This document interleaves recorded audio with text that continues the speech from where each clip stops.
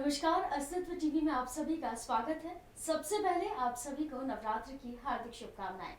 आज हमारे साथ स्टूडियो में मौजूद हैं आचार्य प्रदीप पांडे जी। सर, बहुत बहुत स्वागत है आपका हमारे स्टूडियो में। सभी अस्तित्व टीवी देखने वाले दोस्तों को नवरात्र की हार्दिक शुभकामनाएं और माँ भगवती सब पे कृपा बनाए रखें। ओम जयंती मंगला काली भद्रकाली कपालिनी दुर्गा क्षमा शिवा धात्री स्वाहा स्वधा नमोस्तुते।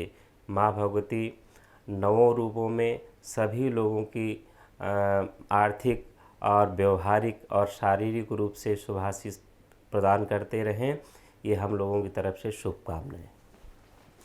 आचार्य जी, आज हम आपसे ये सवाल करेंगे कि अष्टमी पूजन जो होता है वो सबसे ज़्यादा महत्वपूर्ण माना जाता है, तो वो क्यों माना जाता है? हाँ, आपने बहुत सुंदर सवाल किया है। अष्टमी पूजन दरअसल में ये भी माना गया है कि देवी की 3 तिथियां हैं, अष्टमी, नवमी और चौदस। और अष्टमी जो तिथि है वो माँ गौरी की तिथि मानी जाती है। जो भगवती का 8वां रूप है वो महागौरी का है, और जो गौरी का स्वरूप माना जाता है एक कन्या के रूप में। तो इसलिए अष्टमी का जो विशेष पूजन है हम लोगों के लिए बहुत शुभ ही माना जाता है। और उस दिन अनेक प्रकार से सभी लोगों को माँ भगवती की आराधना करनी चाहिए, जिससे कि नाना प्रकार की सुख और समृद्धि प्राप्त होती है।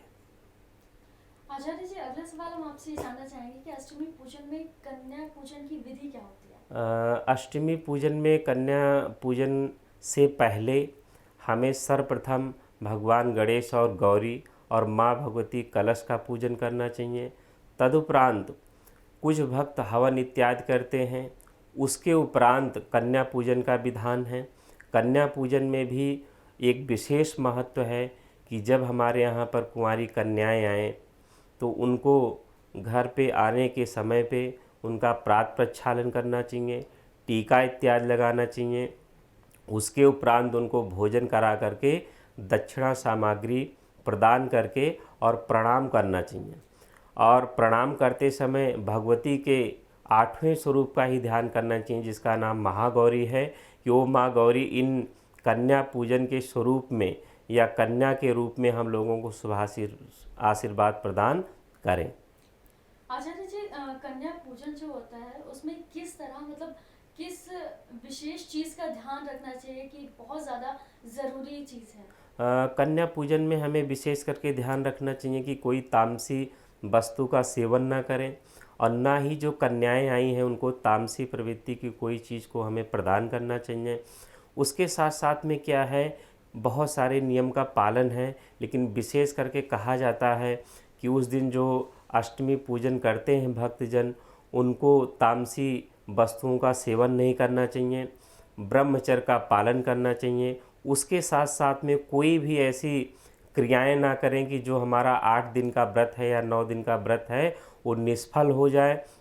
तो हम लोगों को विशेष ध्यान रखना चाहिए कि अष्टमी वाले दिन कन्या पूजन के बाद में रात्रि में और दिन में भी कोई ऐसी क्रियाएं नहीं करना चाहिए जो हमारा व्रत जो है निष्फल हो जाए।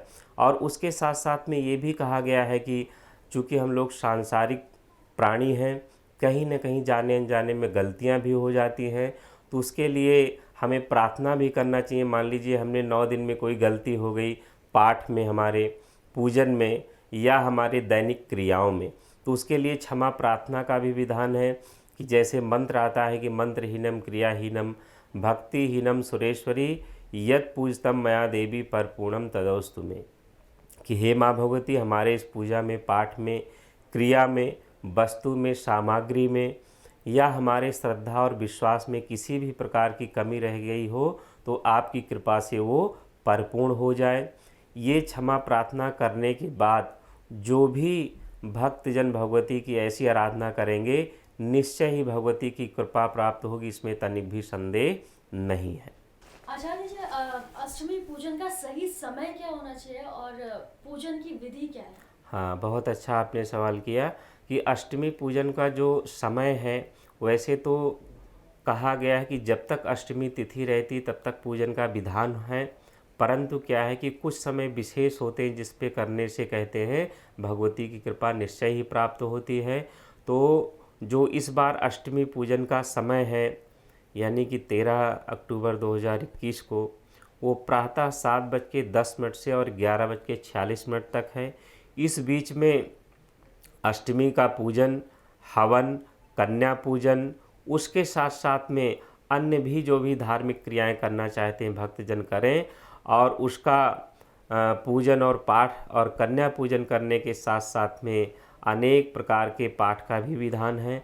परंतु उस दिन कवच और अर्गला और कीलक का पाठ करने से भी दुर्गा भगवती की कृपा प्राप्त होगी और घर में नाना प्रकार की समृद्धि की वृद्धि होगी, ऐसी भगवती की कृपा होगी।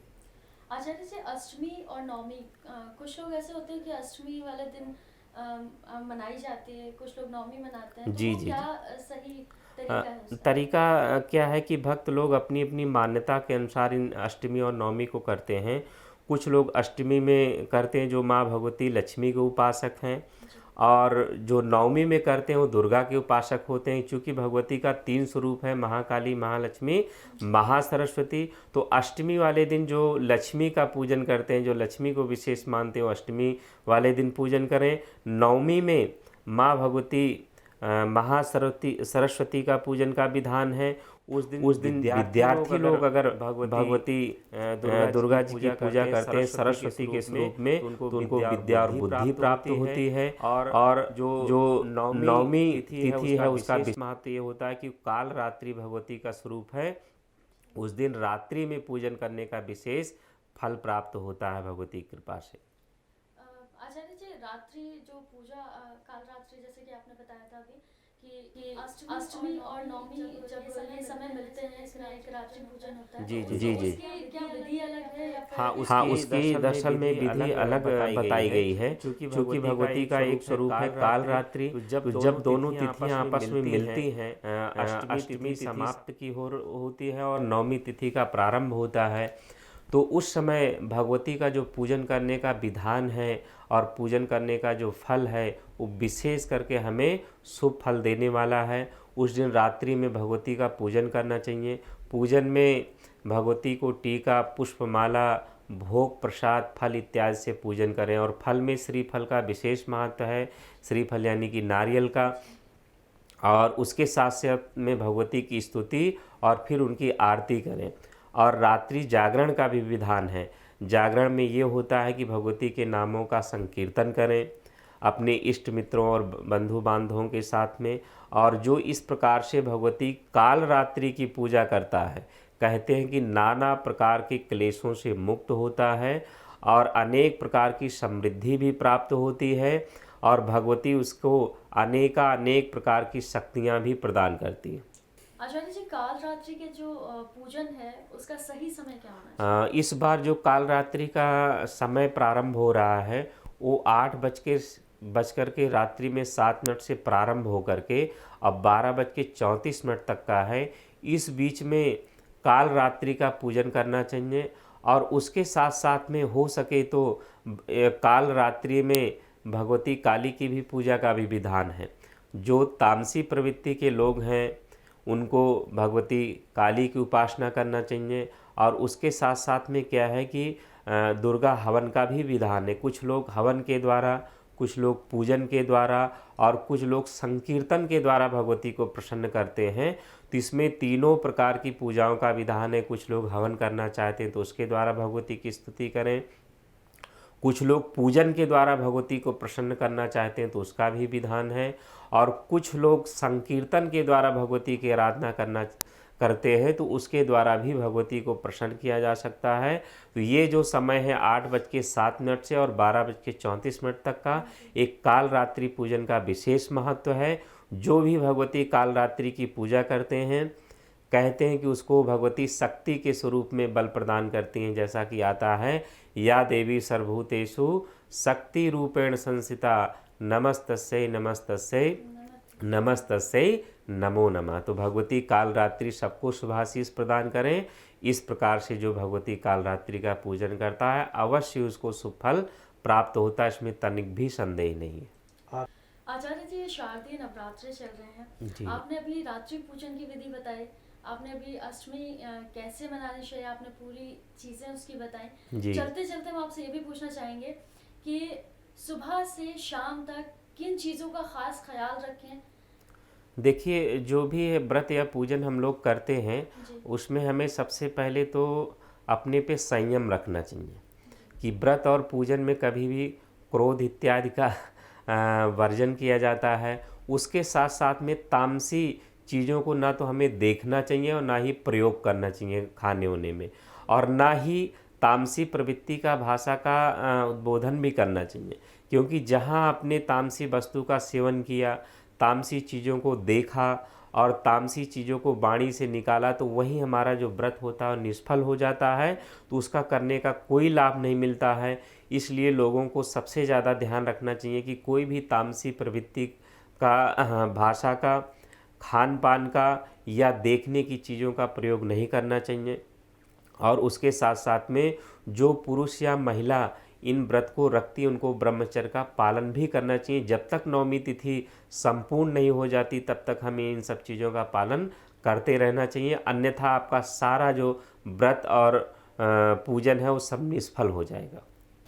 तो आचार्य जी से हमने जाना कि कैसे अपने व्रत का फल आप पा सकते हैं, कैसे अष्टमी का पूजन कर सकते हैं। तो बहुत बहुत धन्यवाद आपका आचार्य जी, आपने इतनी सारी चीज़ें हमें बताई। बहुत बहुत धन्यवाद आपका भी, और दर्शकों का जो अस्तित्व टीवी देखते हैं। माँ भगवती कृपा सभी पर बनी रहे, आप पर भी बनी रहे, और इन्हीं के साथ बहुत शुभकामनाएं सभी लोगों को।